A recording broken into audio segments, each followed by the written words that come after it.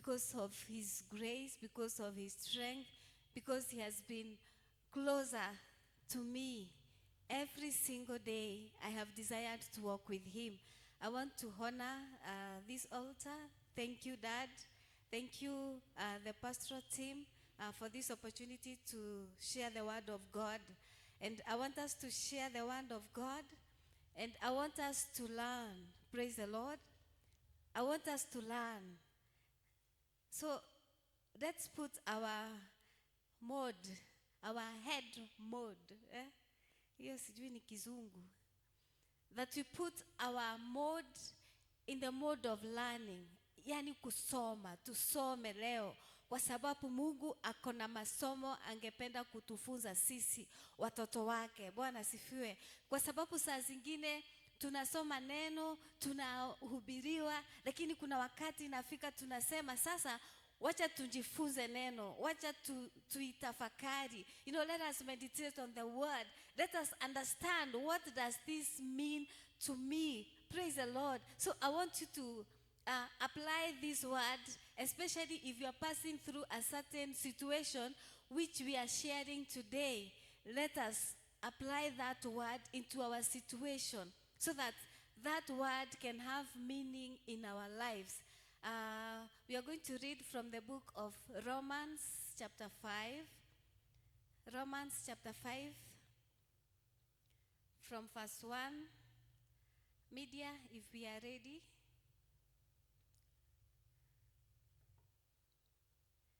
Romans chapter 5.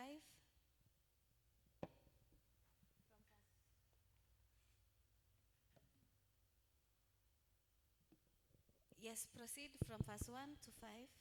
Romans chapter 5 from verse 1.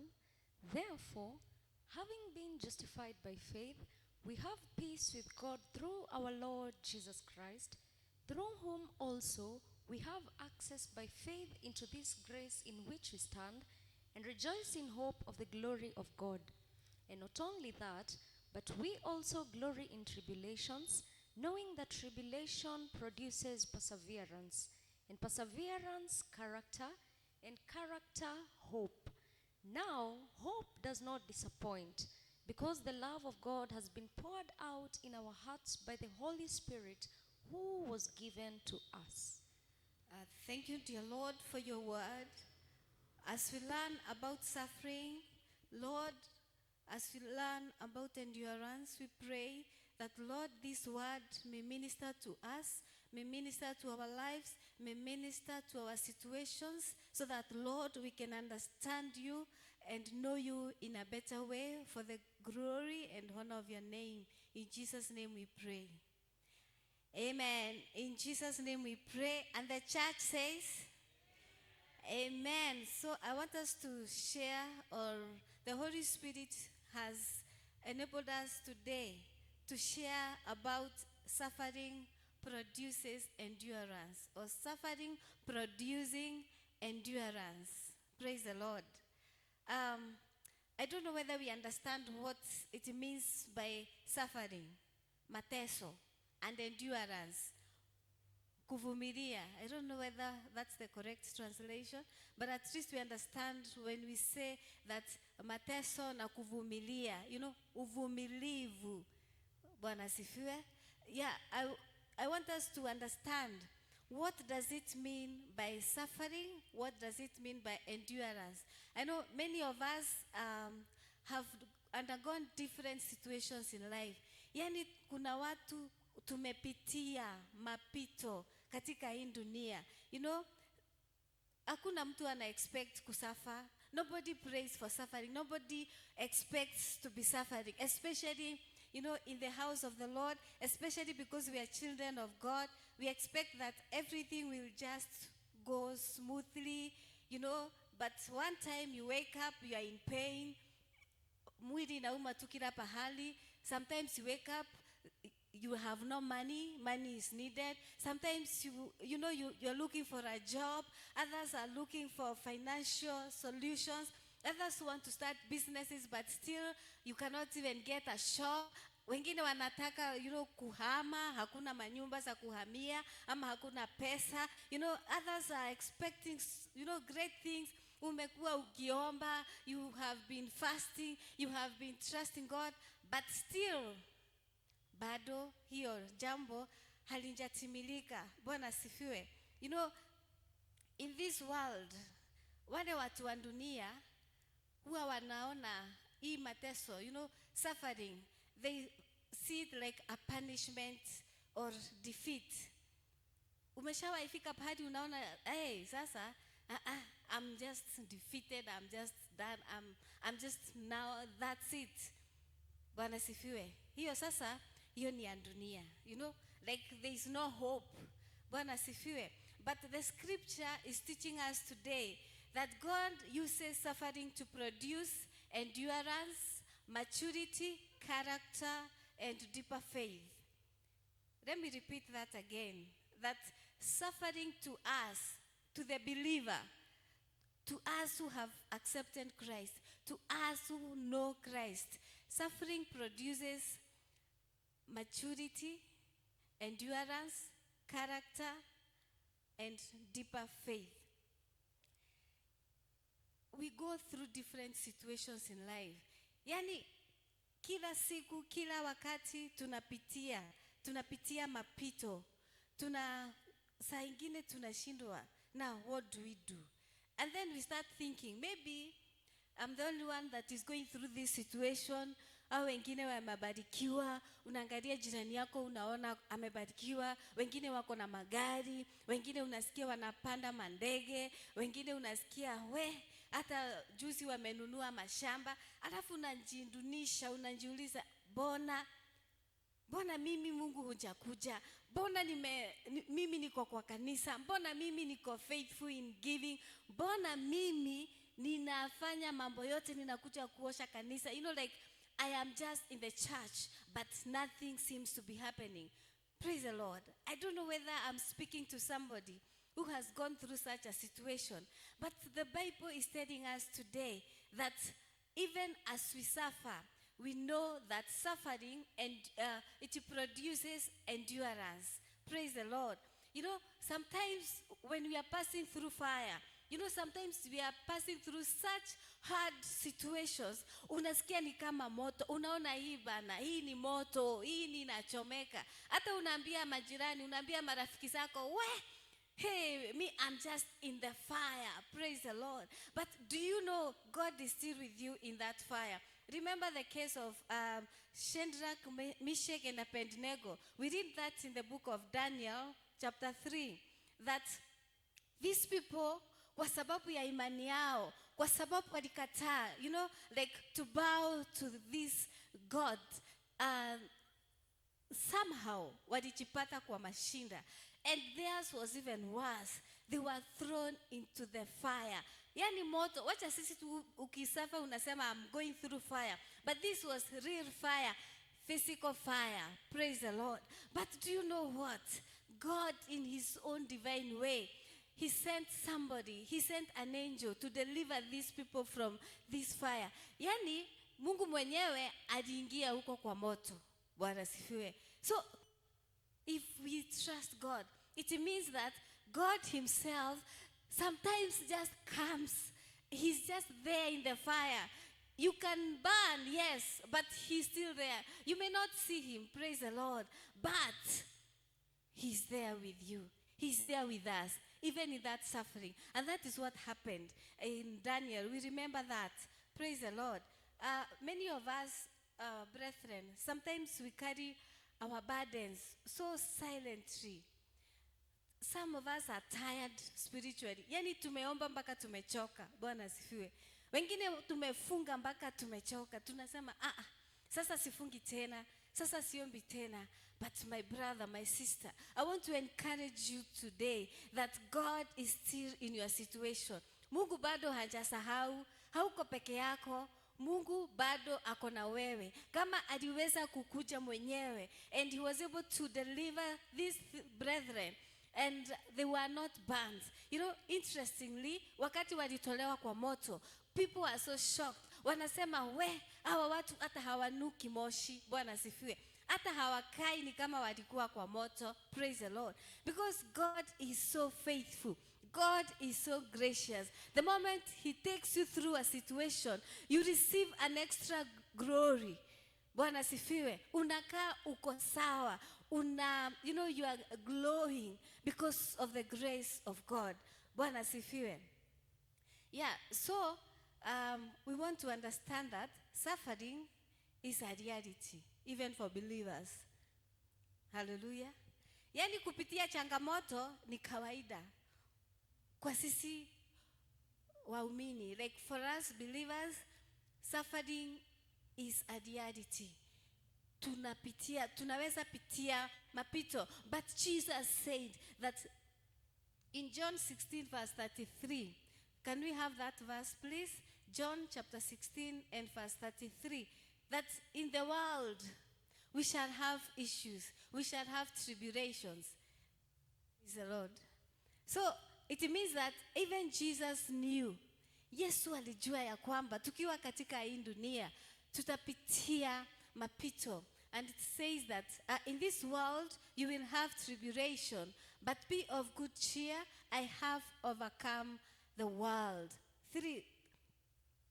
So, why did Jesus himself speak to the believers?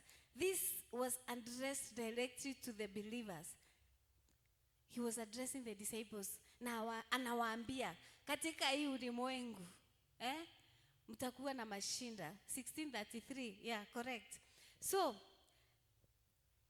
can you imagine Jesus himself, like the way a parent or a mother advises the child, anamwambia wewe ukienda shule, kuna vile utasikia njaa, kuna vile utachapwa na mtoto mwingine, kuna vile kalamu yako itapotea. Why? Because the parent already knows. Mzazi ashapitia na anajua like hiyo kalamu inaweza potea, like hata kitabu inapotea, like hata wengine wakiwa boarding high school walipoteza mpaka nguo. Praise the Lord. I don't want to specify ni nguo gani zilikuwa zinapotea, kwa sababu kuna zingine pia zikipotea unashindwa hata hii kweli nikiipata nitaivaa tena. Praise the Lord. But the Lord is telling us that in this world we shall have tribulations. Be of good cheer because I have overcome the world. Hallelujah. Hakuna kitu mzuri hii dunia like knowing that you have somebody who cares for you, who thinks about you, who already gives you the answer. Before you even go through that situation, you already have the answer. That be of good cheer because I have, Jesus has already overcome for us. We should be of cheerful character. Praise the Lord. You should not be depressed. Usifinywe chini na mashida. Bwana asifiwe. Uamini. Just keep believing. Praise the Lord. A believer can really face hardships. Wadada, wandugu, tunaweza pitia mapito. Ama unaweza kuwa unapitia mapito. Lakini jipe nguvu. Sababu sisi ni zaidi ya washindi. That is what the Lord told us. That be of good cheer. I have overcome the world. Because tribulations are in the world, problems are in the world. Hizo mavitu mbaya za kuonewa, za kuchapwa, kutemewa mate, kuongewa vibaya, yote ni ya hii dunia. Praise the Lord. And the Lord has already overcome it.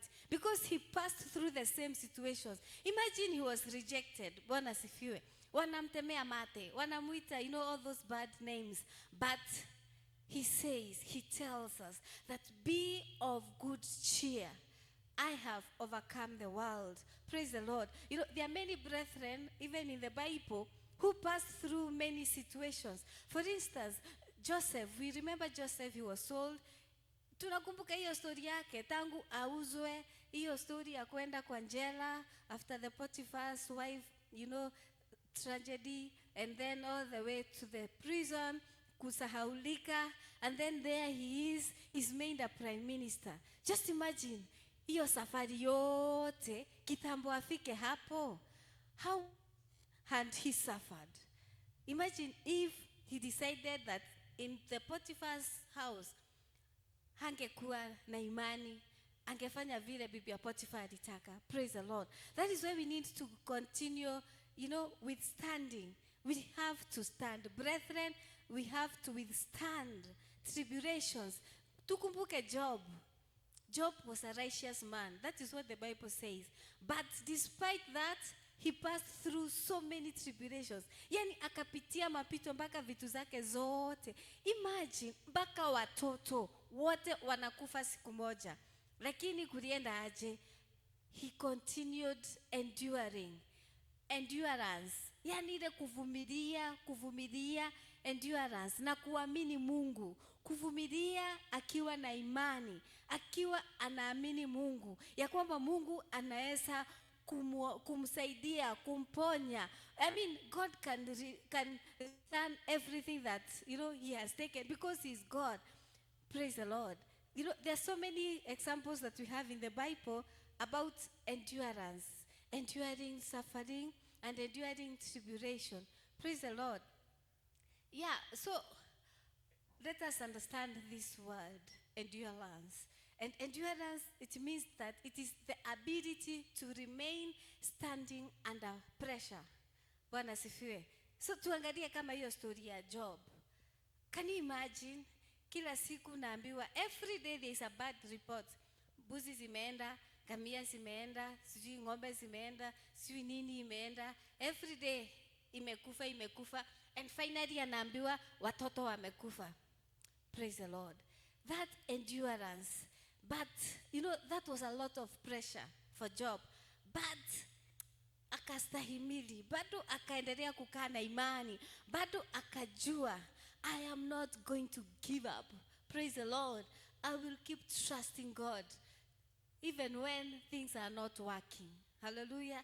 Unajua saa ingine ni rahisi kuamini Mungu when things are working. But when they are not working, you are there, you are desperate. You don't even know what to do. You cannot even pray. You cannot even share with a brother. You cannot share even with a sister. You can't even share with a pastor that you are in this situation. And the word is encouraging us today that even if you're going through such season, the Lord is still with you. Praise the Lord. So it is that endurance that is being cultivated in your life. We pray so many things sometimes. It is very funny. Like, kuna these people when you wanafanya misuli, like bodybuilders. And somebody is so determined. Kukuwa na, inaita 6-pack, kama ni 7. Okay, I'm not sure. I think it's 6-pack. Yeah.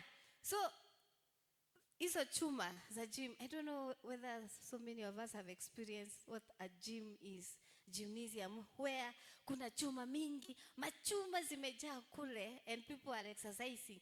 And you find somebody every single day faithfully anaenda hapo, anapepa chuma, amesweat.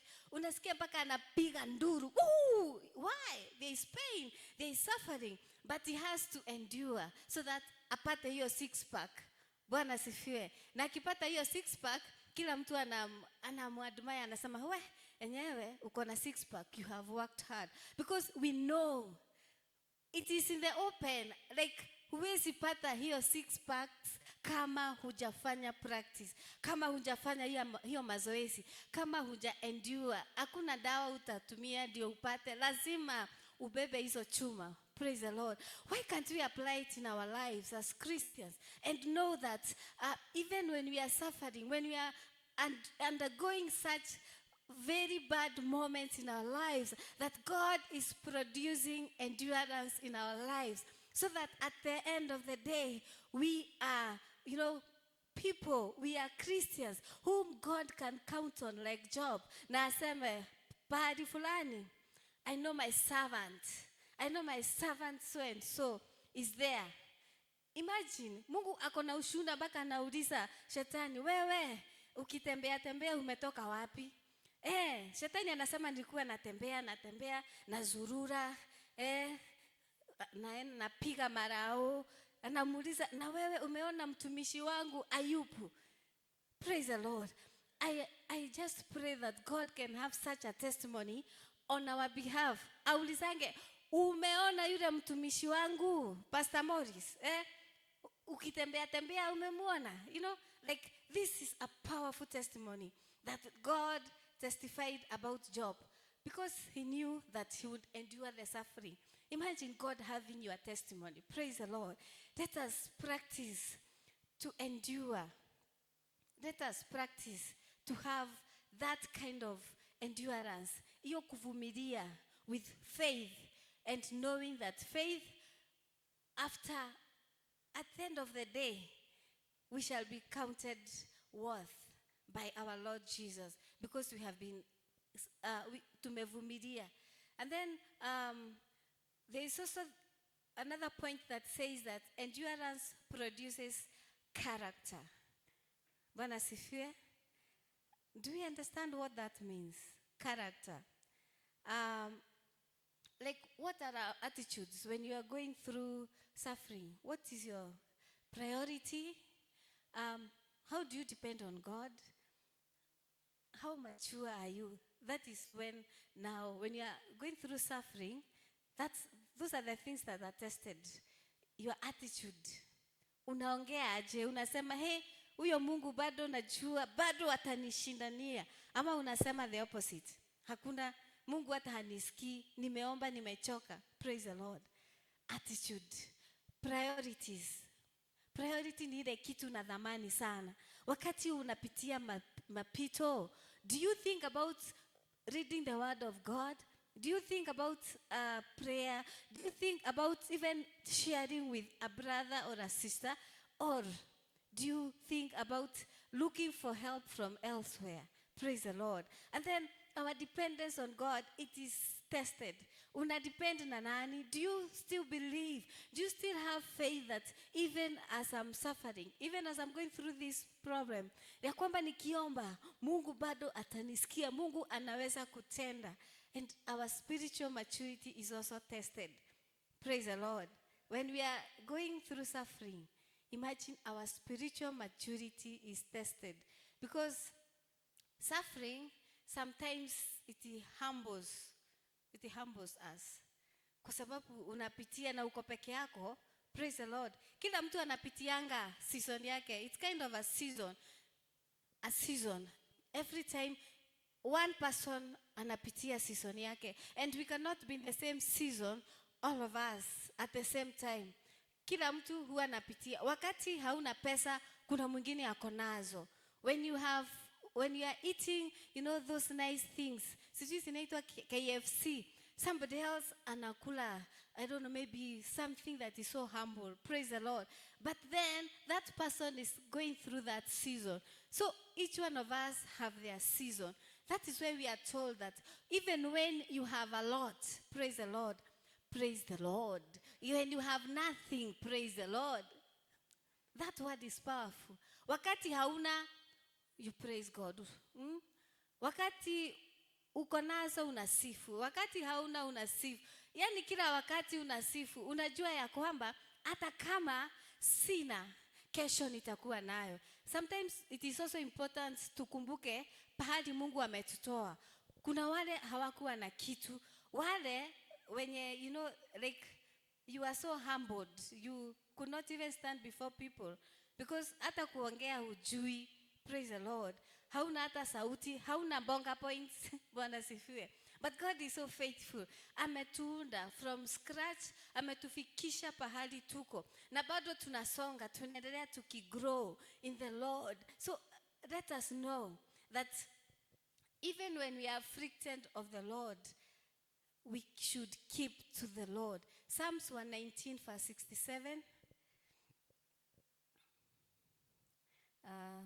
Tusaidie na Psalms 119 verse 67. David was speaking, and he was saying that even when he was afflicted, when he had issues, or he went astray, he says that he keeps the word of God. Sometimes it doesn't mean that huwezi potoka kwa uwepo wa Mungu, huwezi potoka. Sometimes you can depart. You can start asking, why? huyu Mungu, like huyu Mungu kweli yako. That is what was happening in the case of David. But he also remembered that he should keep the word of God. Praise the Lord. So even when we are undergoing situations, do not go astray. Tusitoke kwa Mungu, tukae hapo kwa Mungu, tuvumilie. Bwana asifiwe. Tuvumilie hapo kwa Mungu, tukae kabisa kama tuko tight. Praise the Lord. But it does not mean that God enjoys our suffering. Mungu hapendi tupate shida. Hapendi kabisa, lakini he's a loving father. And he's able to bring spiritual growth out of difficult experiences. Yani, I can even give maybe an instance, like for a kid, a child that is learning to walk. Praise the Lord. Imagine huyo mtoto. I know you have seen a kid that is about 8, 9 months, 1 year, 1 and 2 months around there. Ndio anajifundishanga kutembea. Na uko na huyo mtoto. Na unaona, the kid is really suffering. Anajaribu kutembea, 1 step kanaanguka. Praise the Lord. Anajishikilia tena, anaenda 1 step, the kid falls. Anaanza gongwa somewhere because it depends on where the kid is. But the best thing, do you go to help the kid ama unamcheer up? Endelea tu, wake up, keep going, keep going. And that is what the Lord tells us. And with time, huyo mtoto anajua kutembea kwa sababu somebody is cheering him up. Anamwambia hata ukianguka, it doesn't mean haujui kutembea. Anaamuka na unaona tu ana struggle and finally that kid walks. Praise the Lord. That is what happens in our lives spiritually. When we are going through trials and situations and temptations and suffering, the Lord is still there. He's still cheering you up. Bado anakwambia usijali. Bado safari tuko na wewe.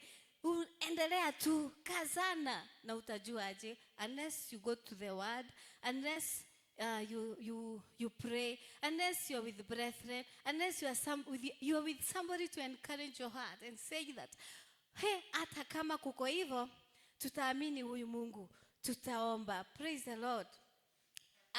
Then another point is that endurance does not mean silent defeat. Tunasema endurance is not passive hopelessness. Passive hopelessness ni ile kitu, you mistake patience with, like it is disguised. It is disguised patience. That means kabisa hauna imani. Like wewe uko hapo tu. Wewe, you are there. You are not praying. You're not reading the word. Hata hauamini things will change. Praise the Lord. That's what we are saying, that endurance, hiyo kuvumilia ukiwa ndani ya Yesu, ukiwa na imani, sio kumaanisha ya kwamba wewe umekaa tu na uko defeated na uko hopeless. Hopeless. Your word is very strong. Hopeless. Like if you are hopeless in life, now that's the end of you. That's the reality. That's the truth. If you can be hopeless, even in our Christian life, we are just defeated Christians. Na tulikataa, tulisema, our hope is in the Lord. Our hope is not in any man. Our hope is not in any situation. But our hope is in God. So even when there is hopelessness in that situation, remember it is just a situation. Sio maisha. Life is made up of so many elements, not just one. Because you don't have money, it doesn't mean that you are hopeless. Praise the Lord. No, it is that situation, that specific one, ya kukosa pesa. But you may not have money, but you have something else that you can do to get that money. Pengine hauna pesa na uko na TV, unaweza uza upate pesa. Praise the Lord. You solve a situation. Hallelujah. Let us be people who have hope and hope in the Lord. Let us not get hopeless because one situation has turned to be hopeless and helpless. We have many things. Life is made of many components. Praise the Lord. My brother, Kwa sababu huyo dada amekukataa, sio kumaanisha ati dada wote wamekukataa, ama ndugu moja amekukataa wewe dada. Sio kumaanisha ati ndugu wote wamekukataa, ni huyo specific one. Praise the Lord. So God can bring other and another better brother, better sister. He can give you a better car. The Lord can give us so much wisdom. He can give you knowledge to pursue what you want in this life. God can give us all that we need. Hope. The only thing we don't need to do is to be hopeless. Praise the Lord. Don't be hopeless, brethren. Don't be helpless, brethren. Let us know our help is in the Lord. Hata kama umeenda kwa marafiki, your parents, everybody has refused to help you. Just know that God can help you. God can send help from heaven. He can send his angel to help you. Praise the Lord. You know, in life, we need to understand two truths. Bwana sifiwe. That God can perform miracles instantly. Imagine, he can do that. Like he can heal you instant. Like he can provide money instant. It is true. God can provide that which you want, that which you desire. Ile imekufanya ukue hauna hope. God is able to do that. He can do a miracle. It is true. And we can actually reference Acts chapter 12. Acts chapter 12. Na tutasoma haraka. Acts chapter 12. Verse 5. Verse 5. Verse 5. Tukiruka nitakuelezea venye tutaruka. Acts chapter 12. Acts chapter 12 verse 5.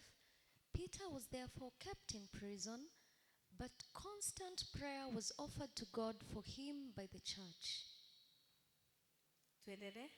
And when Herod was about to bring him out, that night Peter was sleeping, bound with 2 chains between 2 soldiers, and the guards before the door were keeping the prison.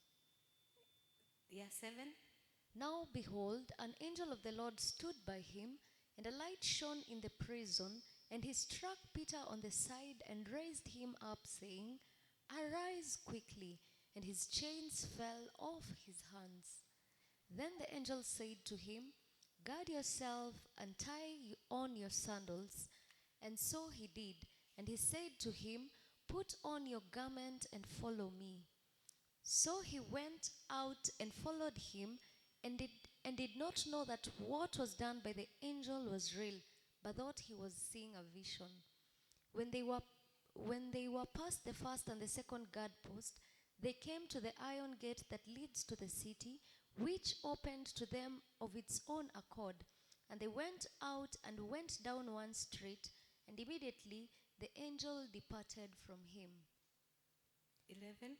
And when Peter had come to himself, he said, Now I know for certain that the Lord has sent his angel and has delivered me from the hand of Herod and from all the expectation of the Jewish people. Amen, amen. Praise the Lord. That is a prayer that was answered instantly. Why?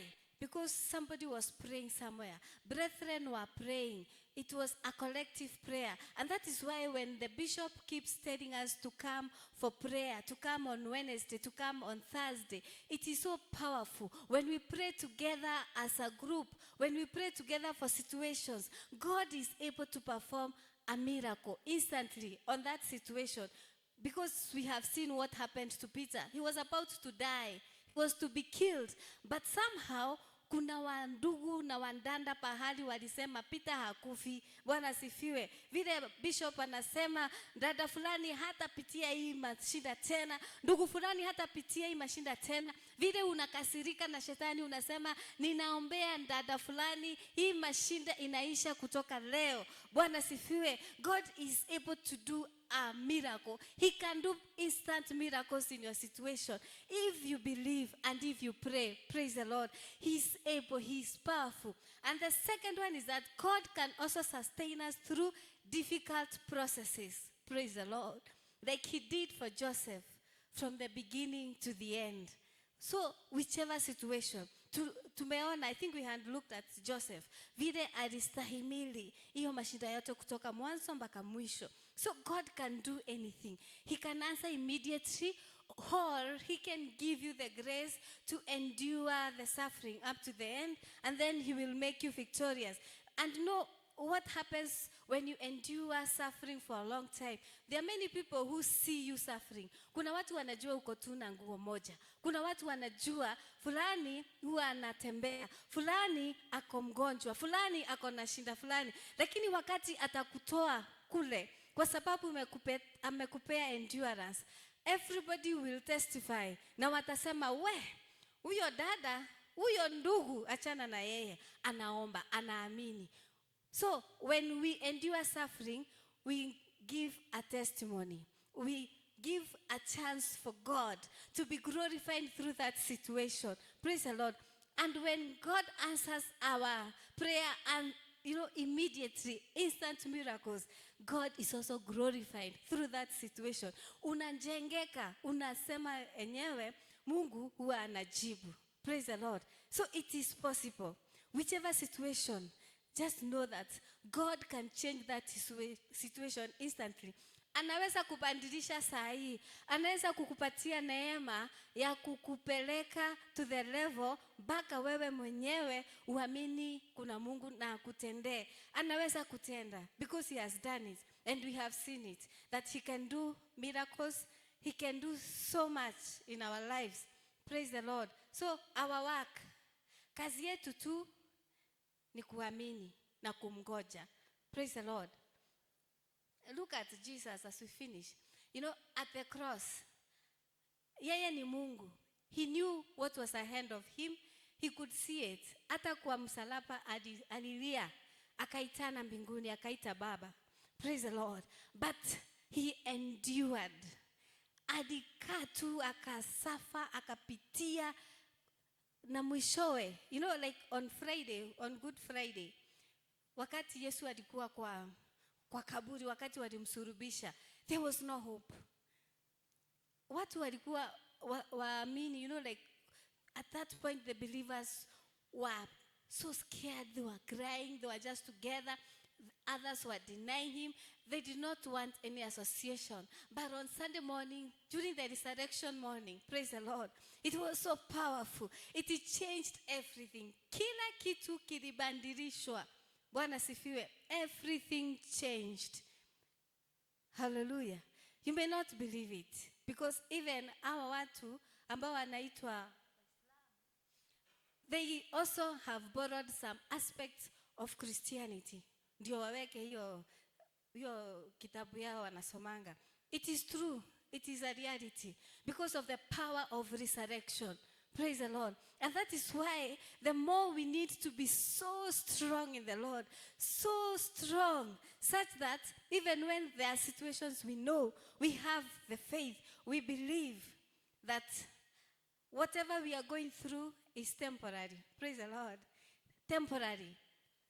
Imagine, it is not eternal. It is not forever. Do you believe that? Yani, hiyo machozi unalia, ni temporary. It's a season. It's just for a short while. Maybe it is just for this week. By next week, everything will be sorted. Iso, pesa ambazo hauna, it is temporary to be broke. Praise the Lord. But imagine tomorrow God can do something. He can do a miracle. Praise the Lord. It is possible. God is a miracle working God. And he has done it, and tumesoma vile alifanyia Peter. Karibu dad. So let us not give up hope. Don't give up, brother. Don't give up, sister. Don't give up. Because, we know that God's purpose in our lives is eternal. Akikubariki, amekubariki. Bwana sifiwe. Yani, his blessings are permanent, but the sufferings are temporary.